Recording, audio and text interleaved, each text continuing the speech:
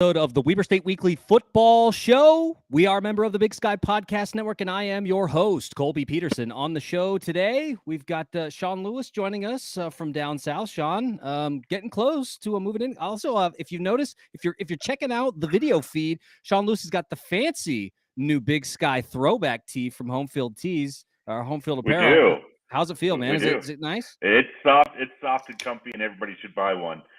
Support the conference. Let's not let the U fans and their Pac-12 stickers have all the fun.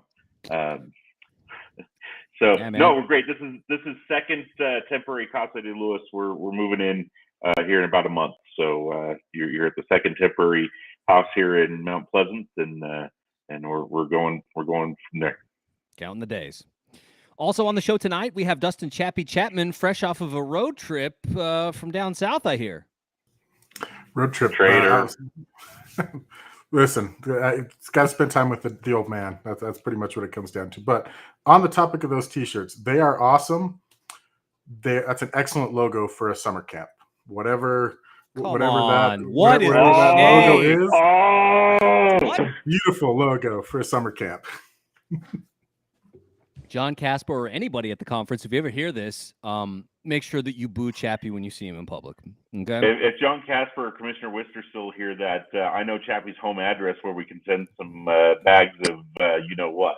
I think they're cool. That's what that logo looks like. It's great. Ridiculous. All right, folks. No class, man. So on today's show, we got a player interview for you. We are joined by sophomore running back Dontae McMillan. He's back to hang out with us and talk a little bit about this season so far. Then we're going to do a game recap. Obviously, going to talk about the homecoming game against Eastern Washington on Saturday night and the dub that ensued at Stewart Stadium. Good crowd, too, so we'll talk a little bit about that. And then I've got a special segment for our panel tonight. I'm going to call it Wildcat 30 for 30. I've got some things lined up, and I want to know if they could pick one particular team to do a 30 for 30 about in several sports, who would it be? So before we get into all that, I want to encourage everyone to subscribe to the show, whether that's on Apple Podcasts, Spotify, Stitcher. Been noticing a lot of people have been sharing, letting people know about Weber State Weekly. Appreciate you folks for doing that on social media, letting everybody know about Weber State Weekly, about the words that we're trying to get out about Wildcat athletics. Obviously, the Wildcats are 5-0 right now, only the second time in program history, an opportunity to go 6-0 this weekend up in Portland. A lot of good things happening at Weber State right now, and so we appreciate all of you all sharing Weber State Weekly's content, letting folks know about the good things that are happening at Weber State Weekly. Thank you. We also, of course, social media. That's where you can share that. Facebook, Instagram, Twitter, places to find us. And then Patreon. You can go to patreon.com/Weber State Weekly and become a patron. Appreciate all of our patrons for helping us keep the lights on here at Weber State Weekly. Couldn't do it without you folks. So really, really thank you so much. And then I guess last thing that I should shout out here before we get into the interview with DMACC is so for those of you that participated and donated to the turnover belt, I got a message this week that it will be done. So should hopefully see it on the sidelines very, very soon. So we will keep you all updated if you are following on the GoFundMe. I'll provide some updates there. And also thank you to everybody who donated. We donated all the excess last week to the football fund, about $47. So thank you to everyone who participated in that. And hopefully we'll see the turnover belt soon. But now we want to welcome in, like we said, sophomore running back Dontae McMillan, back for the second time on Weber State Weekly. DMACC, thanks so much for taking some time to chat with us tonight, man. Really appreciate you. Appreciate y'all, man. Yeah, and so DMACC, we want to start off by, now this is a new offensive regime, but so we want to talk a little bit about the coaching staff at first. We had Coach Mental on to begin the season, talking a little bit about, what his thing was about with Coach Mental coming from back east in Ohio. We weren't super familiar with his systems, had to do a little bit of digging to find out the kinds of offenses that he ran at Notre Dame College. So talk to us a little bit about how you guys are settling in, because Coach promised a balanced offense, and I think so far we've seen that. Plus, you guys are sharing the ball quite a bit within the running back room. So talk to us a little bit about, gelling and how you feel that the new offense is clicking. Shoot, just getting to know Coach Mental the first day, like in fall camp when we were training, all that stuff, I feel like I really like him as a coach, and he's really like a good offensive coordinator. Like I like how he keeps us motivated, and just set us each goal, you know what I mean? And I feel like he's just really a great coach to me, and he really makes me like a better player than I ever was. You know what I mean? So I feel like for him, like just doing a fast tempo offense and just being balanced is really great for everybody. So everybody can eat, everybody can make plays, and then that's just good because I feel like it was way better than this last year to this year. You know what I mean? So I just feel like for him coming in and stepping up to be the best corner we got, that's just good. Yeah, marked improvement already from last season. Obviously, DMac, you were on the team in the spring season and also in the fall last year, and so you have that perspective of seeing it both ways. But also wanted to ask you a little bit about this is your second season now with Coach Robert Conley, who is coaching the running backs now with Coach Q, leaving to go to the Jacksonville Jaguars for a short period. Now back in Salt Lake, but with his alma mater. But talk to us a little bit about the relationship that you've grown with Coach Conley, because I mean, we haven't seen a drop at all in production from the running back position at Weber State. I mean, even though Coach Q moved on to the NFL for a short time, the running backs consistently continued to produce, and there was no dip at all. So talk to us a little bit about what might have changed, but also how you guys have been able to remain consistent at your position, because it's been, I think, a really, really helpful part of the offense. Shoot, just getting Coach Conley really that's my dog, you know what I mean? I love him to death. So being in the meeting room with Coach Conley has been really great. He also played offensive lineman at University of Utah. So like me understanding just the terminology he be saying about understanding who we need to read and how we need to read the defense, you know what I mean? So I feel like that really is a big key, because the offensive lineman, he knows everything about it. What front is it? Like he'd be a cub front, tout front, it don't matter. So just me understanding his terminology has really helped me as a running back to understand which hole I need to read, and just use my instincts. And he's very motivating. I like his passion. That's the thing I really love about him. It makes me seem like, oh, he still wants to play football, and that just makes me even more. That makes me laugh, because just me seeing him just coaching us and just making us better has really helped me and my teammates as players. Sean Chappie, questions for DMac? Yeah, DMac. Just to hop on that line of questioning, that running back room is stacked. We've thought it all year. We've talked about it all season. Yep. A lot of great guys in there. What's it like to feed off of each other? How are you guys getting along and just making sure that it's clear to me that you guys are all feeding off each other in the games? It's fun to watch. You guys are all having fun together. What's it like in that room with all the other backs? Shoot, being in the room with my running backs is very great. Our relationship is very tight. So I feel like that's the first thing that is important, is our relationship with each other, and always keeping each other motivated to do better. You know what I mean? Doesn't matter if we mess up or not, we're always gonna stick to the script and just really just keep motivating us to do better. You know what I mean? Being with Damon, Josh, Chris Jackson, Steven, everybody else, it's just really just a big key. I feel like it's the first thing as a team and being in a position. We have to have a great relationship for us to be successful in each game. Doesn't matter which game it is, So I feel like I really love them for that, and that's the best energy that we got for each other, So that's why I just feel like that's the best thing, is to always just be motivating. Dontae, I want to talk about I want to talk about the coaches a little bit in halftime adjustments. We've noticed over the years that the Weber State seems to be a stronger second half team. That Jay Hill seems to be a real master of the halftime adjustments. What kind of things go on in the locker room? What are your coaches telling you as you go in that makes the team, or maybe what's the preparation during the week that happens that makes this team stronger in the second half? We saw it on Saturday's game that the score was basically tied going into the fourth quarter, and you guys pulled away. And we've seen that in several of the victories this year.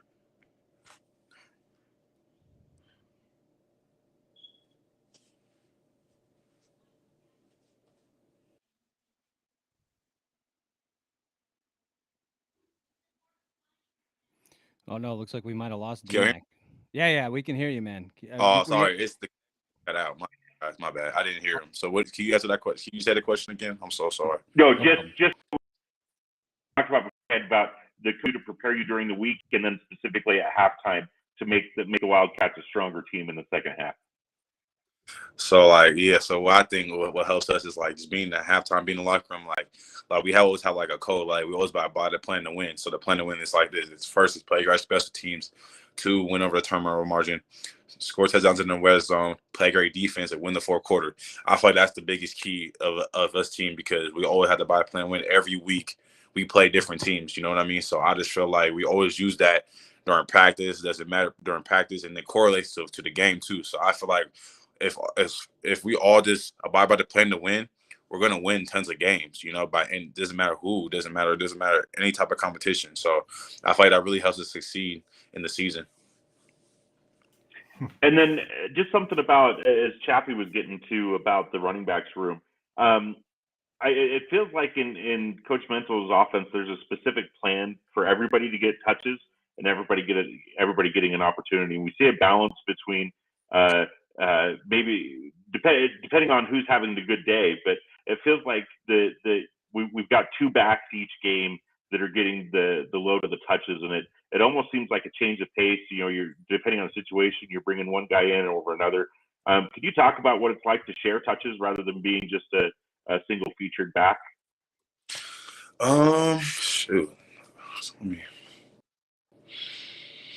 Being single featured back. Like, I don't know, because it's kind of hard because like everybody's just so like the running back group is just good. Like every running back has like a skill, you know what I mean? Like their strengths that they use. For one, like Josh Davis, he's an all around back. Damon Basin, he's an all around back, you know. And me, I'm an all around back. And Chris Jackson, goal line all around back. So I just feel like that's kind of just hard because I love seeing them play too. You know what I mean? They all have something that I like.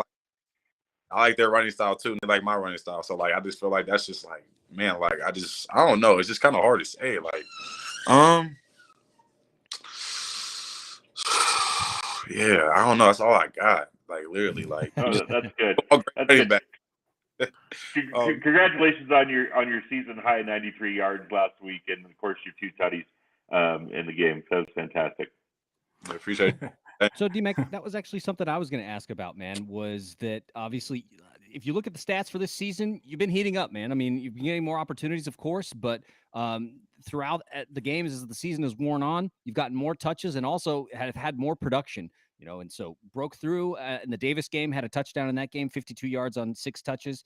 But then this weekend, 9 touches, 93 yards and 2 touchdowns, you know, an opportunity to really make talk to us a little bit about, you know, your, I guess I don't want to call it your opportunities, but like how it feels like you're heating up, man, and like now you're starting to hit your stride. Talk to us a little bit about that and how that's kind of worked out for you as a player going through it, because there's some big games ahead.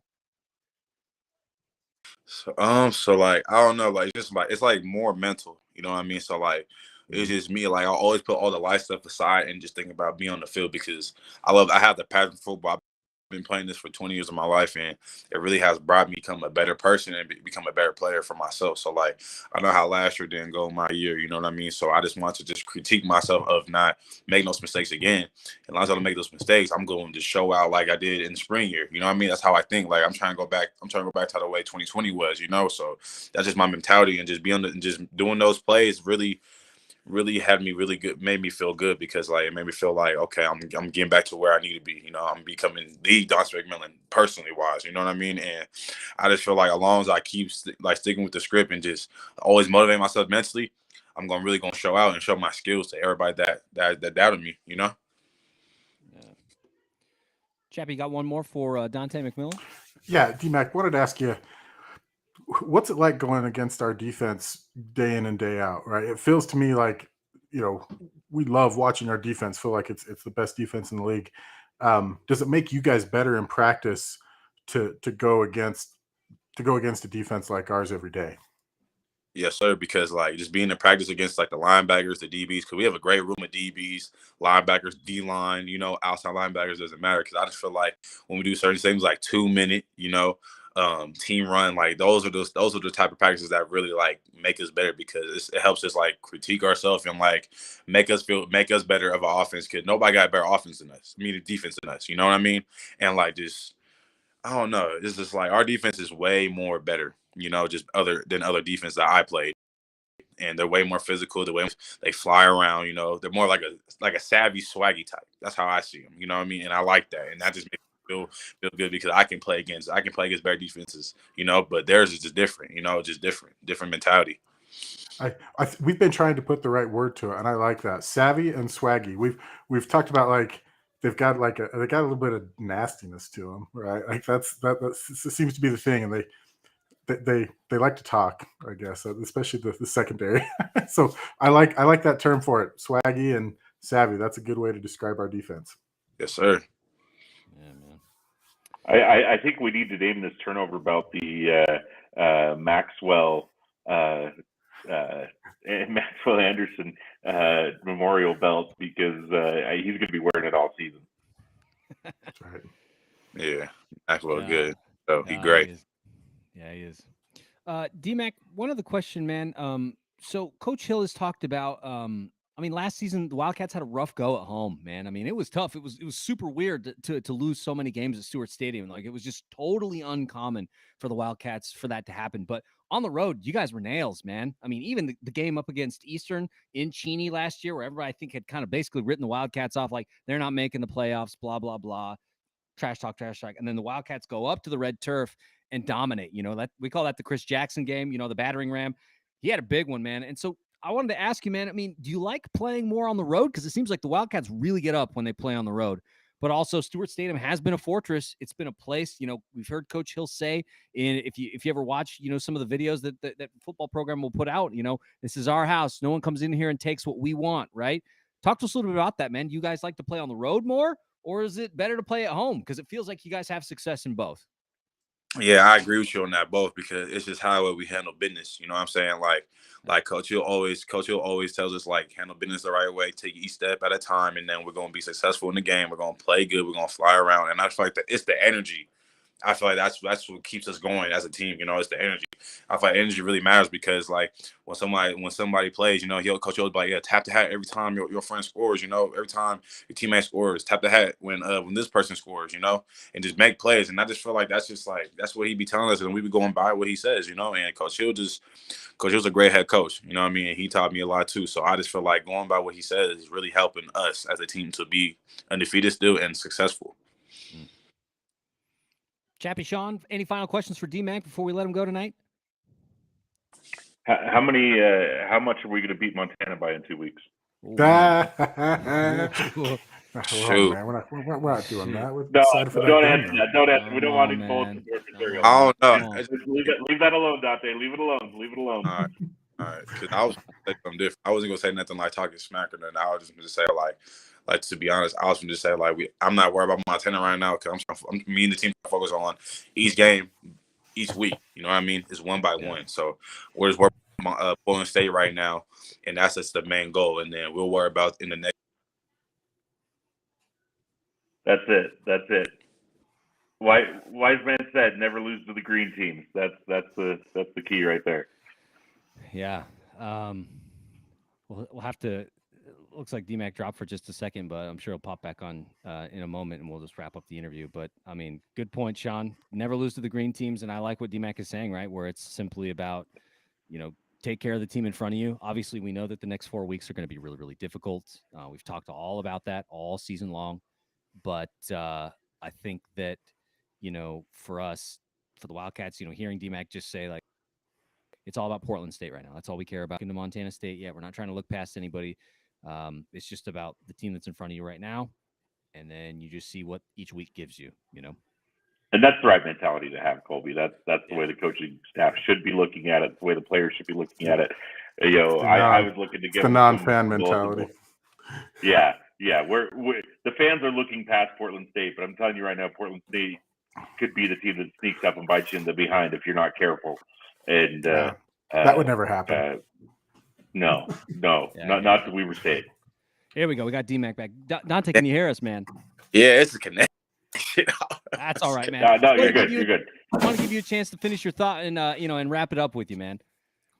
Yeah. So what he was saying about Montana right now, you know, and the next 2 weeks is gonna be a great game, playing against them too, you know, but focus on each game by a step. If that makes sense, each week, you know. So I just feel like we go by just like so I feel like each week we take care of business against different teams, we're gonna be good. So I ain't trying to talk shit. That's right. You know, I'm a dude. But remember, Dontae, Wise Man said once on this very show, Weber State should never lose to the green teams. Just remember that on Saturday. Okay. Beautiful. Yes, sir. Should never lose to the green teams, and we'll hope it continues. So, Dontae McMillan, I want to thank you so much, man, for taking some time to chat with us here at Weber State Weekly. Wish you the best of luck. Travel safely up to Portland this week, and hopefully we'll see you guys coming back with the dub, man. Y'all, man. Have a good night, all right? We'll see you. Good night, Dontae. Thank you. Thanks, Dontae. Appreciate Dontae McMillan, like we said, for taking some time to chat with us here tonight. We know the student athletes are busy. Obviously, they're prepping for the games and they have homework and all kinds of stuff. So anytime they can hop on and just chat with us, we appreciate it.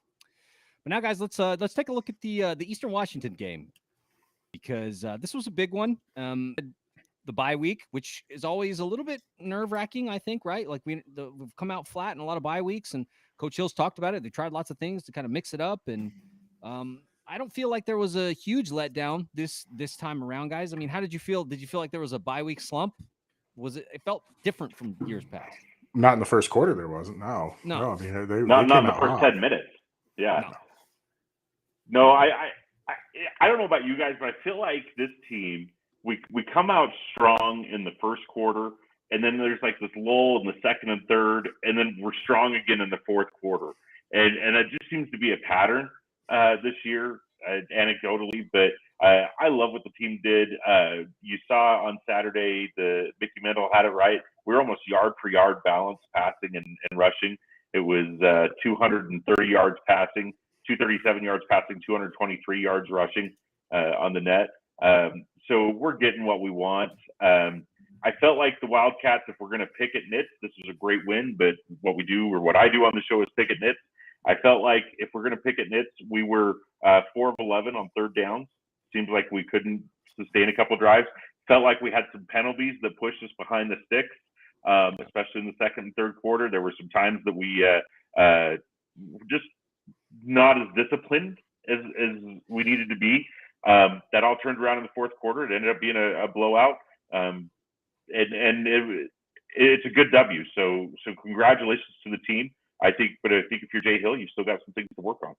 One thing I'll say about penalties, though, was it felt like the penalties that the Wildcats got this time around, in this game, they were much cleaner than some of the penalties we had seen in the past. Like the unsportsmanlike conduct to George Barrera, like what was that penalty? The guy that was lame. That was not. It was lame. Yeah, like that a penalty or something that they would have to talk to George about. It's like, no, man, he got screwed over. Like this guy's over here, like he's a drama major, and it's like, what is this? Like this is not soccer. Like we're playing American football, dude. So I don't consider that a penalty. How about the one play? I think it was in the third quarter. There was a mistimed snap.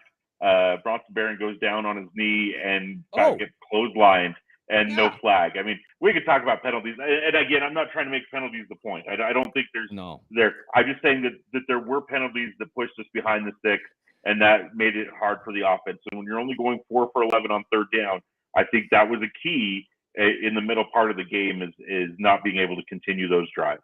But in the wash, you end up winning by 24 points. What can you complain about? Yeah. And I mean, you left a lot of points on the field, right? And so we'll talk about that in a second. But I wanted to get your guys' overall impressions now. So, I mean, we've seen 5 weeks of the Wildcats. The schedule starts to get really real after next week, right? Where we've talked about it's Montana State, it's Montana, and it's SAC. I mean, these are going to be 3 absolutely massive games, and there's potential that teams are going to be undefeated in a couple of those, right? There's potential for that kind of a matchup where we're talking top 5, top 6 matchup in the country going into some of those games. And so kind of what's your guys' temperature so far on the football that we've seen the Wildcats play to this point? I feel like, I mean, we're good. Like we'll say that. We're good. Yeah. We're good. Like we're a good team. I wouldn't say we're a great team, but we're good. Like we're really good. Offense, I feel like, I don't know. I feel like we're like 75% there, right? Like it seems like there's just timely mistakes still that kind of cost the offense, and it leaves it for the defense to maybe bail them out or something, right? Turnovers are a big thing. The turnovers aren't great, and there's times where we just, I don't know, we're not very productive, but we're getting it. Like I think we all agree that the offense looks much improved this year over last year. I don't think there's any doubt about that. Bronson Barron is a much better quarterback this year than he was last year. DMac is much better this year than he was last year. Our fleet of running backs, that's what we're going to call them, a fleet. They're doing great. So it's all vastly improved. Chappie, it's a group of Wildcats. Call them a destruction. Here we go. And so offense is good. It's just it feels like they're about 75% there of what they should be, and I feel like it's going to get there. We have another couple weeks. The goal, I think, would be come playoff run time that we're not, the defense doesn't have to be the one carrying the team every game, right? And it's a good defense, so it should. But if there's a day where offense is dominating, that makes it better for the defense. So I want to agree with everything my friend Chappie has just said. I also want to say our defense has given up 11.8 points per game this season. If that trend continues, not bad. we're doing okay. Yeah, especially when the offense is putting up 36 points per game, right? That's a pretty good spread right there, and pretty good comparison. I like where the team is at. I really think that right now the team that beats us is ourselves, and if we play our game and do what we're supposed to do, I think we're good. I actually like that. I don't want to look past Portland. Portland's a big game, and we need to play on Saturday. Yeah, they beat us last like year, that right? we get. And they beat us on the road. So don't look past them. Don't look past them. But what I'm going to say here is I like that we play Montana at home before we go to Bozeman. No, it's the reverse. No, flipped. Yeah, it's MSU first in Bozeman, then Montana. Then Montana. In Ogden. Oh, my apologies. Then forget what I was just going to say. No, and I don't mean to insinuate that I don't think our offense is good. They are. They're still, I guess, inexperienced with the new offensive scheme there. Is that the best way to say it? There's lots of individual bright spots, and I think they're well on their way to being a very successful offense by the end of the year. Yeah, I think that taking it to the Eastern game here, the game in front of us, we've seen the Wildcats come out of the gate, like you said, Sean, where we've seen this pattern where the Wildcats come out swinging. That's happened in a few games. That happened in the Davis game. It's happened in the Eastern game. Surprisingly, the Tech game was like that. You know what I mean? We're seeing that happen regularly. So it feels like the scheme and the game plan is good, and they are ready to execute it when they come out of the gate. It's the adjustments that the other team makes that kind of puts the Wildcats in a bit of a lull. The second and third quarters can be a bit of a grind. Turnovers have been an issue, and that's the thing. But the thing that impressed me was the fourth quarter in this game against Eastern, because yes, the Wildcats did score, throughout. They scored in every single quarter of this game. But it was 24-21 going into the fourth quarter. Yeah. And that game was in doubt. And sitting in the stands, you were like, "Oh, we've got this." And then all of a sudden, it just blew open. Well, and I'll say this too: Eastern did a great job. They came out and changed schemes. Their passing game was made to beat Weber State's strength on defense. They were, in fact, Brett Hine mentioned it in his article, his game write-up, that they had to change it up in the third quarter and run some more zone and make it so they couldn't run rub routes or pick routes or whatever you want to call it, because they were targeting them, and it was working. It worked in the first and second quarter, and those halftime adjustments are what really does well for Weber State. Jay Hill is an absolute master at that. The coaching staff deserves all the credit in the world for that, and it is fun to see because in seasons past couple seasons. Okay, I'm going to go back specifically to spring 2021, the playoff game against the Salukis. Weber State started out quick, kind of had that lull, but that lull in that late third, early fourth quarter never happened, right? It didn't happen. But we've seen it every time this year where third quarter comes out and we're nails. We figure it out third and fourth quarter.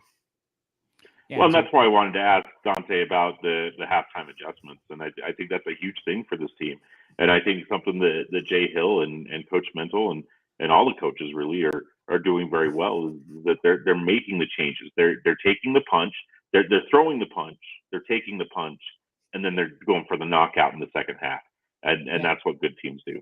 I mean, because we've talked a lot about the offense, but like the defense did not give up an offensive score in the second half, period. And we know how prolific Eastern is at scoring. I mean, they scored 35 on Montana State and, narrowly lost by 3. I mean, Wildcats held Gunnar Talkington to 198 yards. Guys, we know what Eastern does. Like, those are good numbers. I think it just goes to show we've got the best secondary in the country. Yeah, we've got a phenomenal secondary. Here's a question for you both that I was kind of wondering. In your opinion, after watching teams, who's the Big Sky is so freaking deep this year. Yep. Who's better? Who's better in your? Is Davis a better team or Ewash? Who's the better team out of those two? I think that Ewash is the better team. And here's why. Because the common opponent is Montana State. And, well, there are 2 common opponents now, Montana State and Weber State. Eastern has played both teams better than Davis did in both cases, right? Davis scored, 12 against Weber State? I mean, you could say, well, technically, Eastern really only scored 14 because the Wildcats gave up a scoop and score that put them up to 21. Fine, whatever. But still, Davis did not score a touchdown against the Wildcats. Wait, they scored 1. They scored 1 touchdown against the Wildcats. That was it. And in the game against Eastern, it was the first rushing touchdown. The first touchdown that they scored was the first rushing touchdown that the Wildcats gave up all season. So when I look at the resumes and I say, what did Davis do against Montana State? What did Eastern do against Montana State? I think Eastern looks a little bit better. And they've had a tough schedule, guys. Like, they're going to end up with the toughest schedule in the country when all is said and done. Both of them are just the whole Big Sky is a gauntlet. and Eastern's paying the price for that tough schedule, right? They are. 1 win. Because they've got 1 win. There's no chance of them getting in the playoffs, in my opinion. They'd have to run the table, and I just don't see that happening. And even then, they'd be if they run the table, they'd be the 5th team in. If they were Northern Iowa, they could lose like 3 more games and still be ranked in the top 15. Some Valley smack from Chappie. So you never want to dismiss a team too early. Oh, man. Well, guys, I wanted to talk a little bit about missed opportunities, though, because the Wildcats ended up, leaving what I think at least 10 points on the field in the first half. The touchdown that was not scored at the 1-yard line, which I was stunned that the Wildcats didn't punch that in because they sent the battering ram, Chris Jackson, twice, and it didn't get done. And then the 4th down and inches, it was, I don't know, they smelt it. I think the direct snap was not the way to go on that one because they knew exactly what was coming, right? And so, but then also the missed field goal at the end, which I was surprised because Kyle Thompson is very good. We've talked about that on the show, how he is very Mr. Consistent is what we've called him. And that one was not, what was it, 39 yards? It wasn't terribly 34 yard. That's well within his range. And Kyle Thompson's been very good, but missed that. Came back and hit a 49er later. Yeah, but he just missed that one just wide. And so it's just like, man, weird stuff. But I worry because it's those kinds of things that happen that could potentially cost you the game against tougher opponents because the Wildcats leave at least 10 points, if not more. I mean, really, Eastern should have only scored 7 points in this game because they fumbled the ball when they scored their second touchdown. They did. It wasn't a reviewable play. Desmond Williams recovered it. They couldn't review it. So take those 7 points off the board. And then the scoop and score shouldn't have happened should the Wildcats have taken care of the ball on that. We've had some snapping problems, right? And I think that shows the issues that we had at center, having to move guys around because of injuries. And so that's a learning process, right? But really, Eastern should have only scored 7 real points in this game. And that's something. And the Wildcats left at least 10, if not more, on the field. Well, and that's what I was saying. There's still work to do on offense. That to me, that's what it comes down to. There's still some work to do, and they'll get better. Bright spot for me, however, was special teams was amazing. I mean, yeah, Kyle Thompson did miss field goal, But we had a kick return for a touchdown. We had a successful fake punt. We had a 49 yard field goal. Kyle Thompson this season seemingly has been automatic inside of 40 yards. So it was great to see him hit a long range field goal like that. It does seem like teams are kind of figuring out not to kick to Hayes Hadley on a punt or to delay the punt. Like you'll notice their punter kind of did the rugby style thing to give his guys more time to get downfield and kind of force Hayes into fair catching it. But there was one or two times where he was able to flip the field and get 20 yards and give us a good spot. So special teams was absolutely a bright spot for me on Saturday. Yeah, a couple of love the kickoff return for a TD. That was a thing of beauty.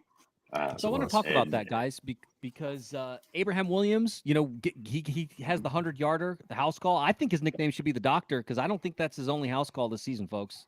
I think he's going to have more. So I was going to ask, guys, do we have the successor to Rashid Shaheed? Because, man, Abraham Williams, that's not his only good return this season. He's had several where he has put the scare into kick coverage teams on the opposing side of the ball. He's looked really good. And he's I hate to say we need to replace or the next, right? Let him be the Abraham Williams who's going to be the Abraham Williams that he's going to be.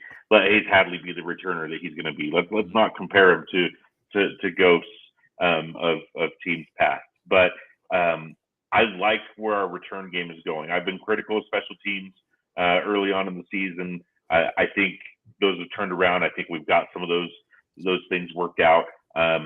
Special teams have always been a staple of Jay Hill teams, and I like that. And you can only take what they give you, right? If they're going to kick it out of the end zone every time, you're never going to have a return. If so situational on each one. But I like that our coaches have the trust in the returners, and I like that we have multiple returners that can do the job if need be. Another thing I want to talk about, guys, was the run defense. So there are some tough teams coming up that really know how to run the ball. I guess we'll leave it at that. And you know who those teams are. The Wildcats, they gave up 80-something yards in the first half on the ground. And then they pretty much shut things down in the second half. Those second half adjustments, like you talked about, Sean, really did a great job of keeping that to a minimum in the second half and making Gunnar Talkington throw the ball over the middle and work the secondary. Is that going to hold against a Sean Chambers, or is that going to hold against? I'm trying to remember what the dude's name is at Sac State right now. He's just a beast, but. Do you guys feel, or should Isaiah Fonse be back for that Montana State game? Do you think that the run defense is good enough to hold? Because those teams are making their money on rushing the ball, particularly the Bobcats. So my feeling is that we're going to game plan for it. If we can, Montana State's quarterbacks are not. They're okay. They're good on the throw, right? They're not phenomenal on the throw, but they're good. Chambers has looked very capable. In that game against Davis, he looked very good throwing the ball. He did look good, but to me, where Weber struggles against the rush, and Talkington did it on Saturday. It's when QBs break contain, right?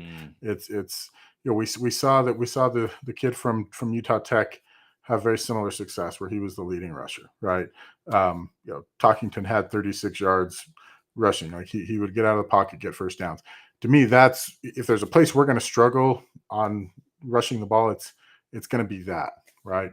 We're going to give up some yards, but I don't think we're going to game plan for it. We're going to game plan to be able to do that. Why can't I think of the kid at Davis right now? The running back at Davis who's really good. Yeah, Alonzo Gilliam. Like he got his, but he wasn't amazing. He's never gotten his against Weber State, So I think the defense will game plan for it is my feeling there. Yeah, because that's Sean Chambers is making his money, right? He's breaking contain and just and Montana's quarterback's the same way. Like that kid actually I think probably runs a little too much, right? He's getting out more than he should. You guys watch way more out of Weber State games than I do. But I'm going to share this with you. And my professional mentor and friend, Patrick, always used to tell me, we don't get our exercise by leaping to conclusions, right? And so Chappie's exactly right. We have coaches that are game plan. I want to give you this quick thing, and I know it's early in the season.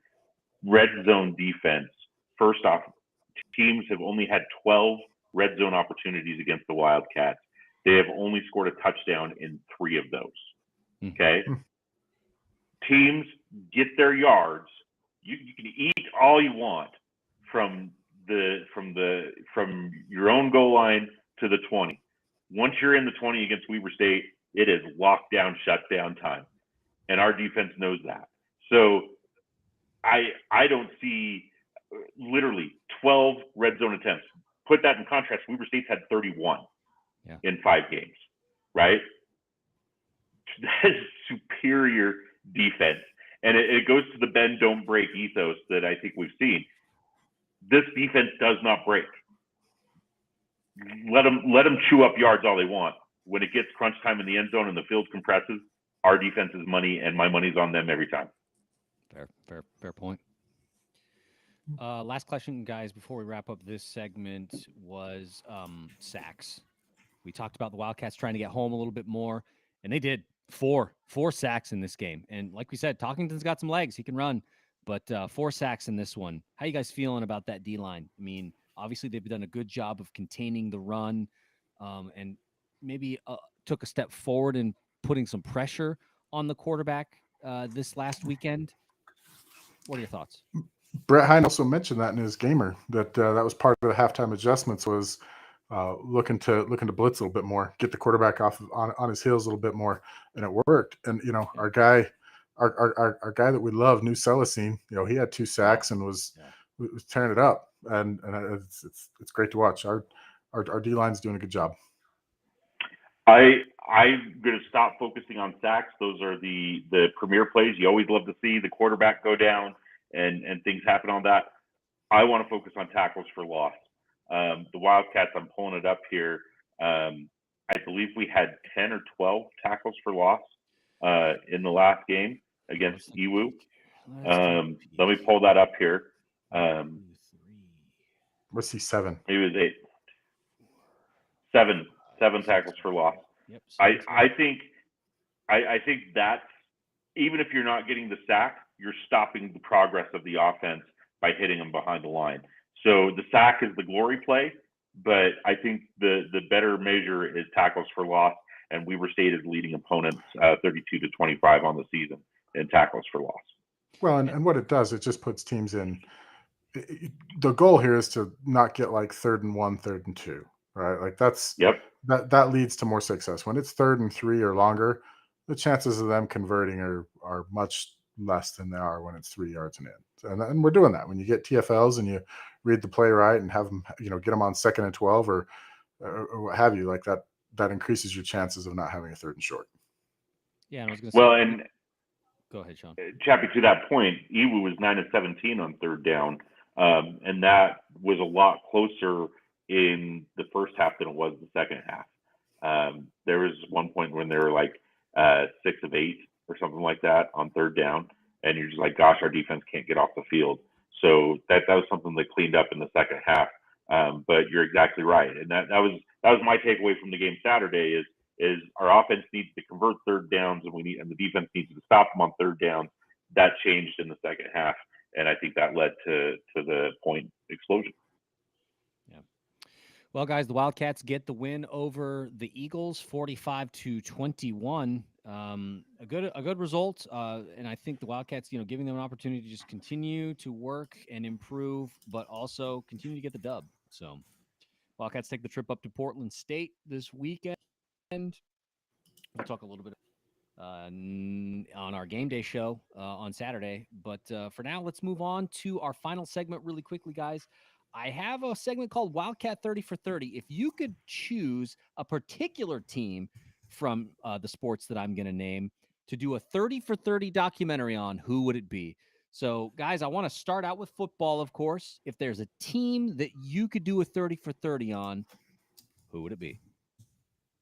I mean, the easy answer is the year they saved football, right? Was that 92, 93? I forget what year that was. But for all intents and purposes, Weber State football was going to go away, and that was special. And the community outreach, the stories that you hear about coaches going down to the Ogden City Mall and handing out tickets and trying to drum up support. That's the story that defines Weber State football in the history, and that's the one that I don't think many of today's fans know about. The other one I would do would be, and now I'm going to get in trouble because his name escapes me. Jamie Martin. Jamie Martin, quarterback, his career. Yeah, so my mother worked at Nordstrom all growing up, and I spent most of my childhood hanging out at the now gone Ogden City Mall, watching Tiffany make music videos. Somebody's going to get that reference. Yeah, but I get that reference. Yeah. but I do. I very vividly remember walking out of Nordstrom, seeing Dave Arslanian and some players, out in front of Weinstock's, which was next to Nordstrom. I sound like an old person now, like having to describe where everything was. But seeing them in front of Weinstock's with basically they had like a tear out book where $10, $20, whatever they were charging, they would just give you GA season tickets for the year. Like they were literally going person to person at the Ogden City Mall. They were at again, me sounding old, the Ogden Street Festival. I remember them all there. Yes, Street Festival. Old school Ogden. Now, just had the same thing all there, and they worked to save Weber State football so that we could have this today. I would love a documentary on that. If I were to pick another football team, I would like to see the 2017 team. That was, I still to this day maybe feel that is our best team we've ever had, and potentially the best chance we had to have had thus far to win a title was that year. We were just all so new at being good that we didn't realize it. So I would absolutely love to see a documentary on that team. What year was Ron McBride's first year? Was that 2005 ish, 2004? No, it was later than that. Was it later than that? I think you could do something on that season because there was definitely a rejuvenation of excitement in that season. I remember going to his first game, and that was the most full I've ever seen Stewart Stadium. I think they packed 17,000 fans in for his opening game. Oh, there you go. Kind of went downhill from there. But you were right, Sean. 2005 to 2011. Look at that. Yeah. Nailed it. No, I didn't. I gave a range, but yeah, I think there was a rejuvenation there. And talking about pre-Ron McBride, 92 to 2005, post-Ron McBride, and the success that has come from that, and Ron McBride leading to a couple of down years with some coaches who shall not be named, who may or may not have been alumni of the school, putting us into a hole, and then Jay Hill taking us down. Not a documentary per se, but I would love a 15-minute video on the crazy that was alum who shall not be named. Oh, I said it. Because that, like, I've heard a couple of stories, and I remember reading articles in the paper at the time about how he literally went out the back door, and like, wow. There was some stuff going on there. Yeah. Personally, I think the university should revoke his degree. That's right. And so if we're saying basketball, like if we flip it and we say basketball, for me, clearly the 1999 team, the team that won, beat North Carolina in the first round of the NCAA tournament, nearly knocked off Florida in the second round. That's the no-brainer to me. I mean, everything that happened after that with, Harold Arsenault, is he going to go to the NBA draft and not? And he decided to stay a year and probably cost himself quite a bit of money by doing that. Yeah, I mean, there was so much there with Duke fans buying Weber State gear. It's just so we've talked on this show before about those landmark moments, right? The Snow Bowl a couple of years ago is the most recent to me landmark moment. That they're those nights that you're there that make you a fan. The nights that make people fans for life. And that night they beat North Carolina literally was the moment that I became a fan. I mean, I had watched them the whole year.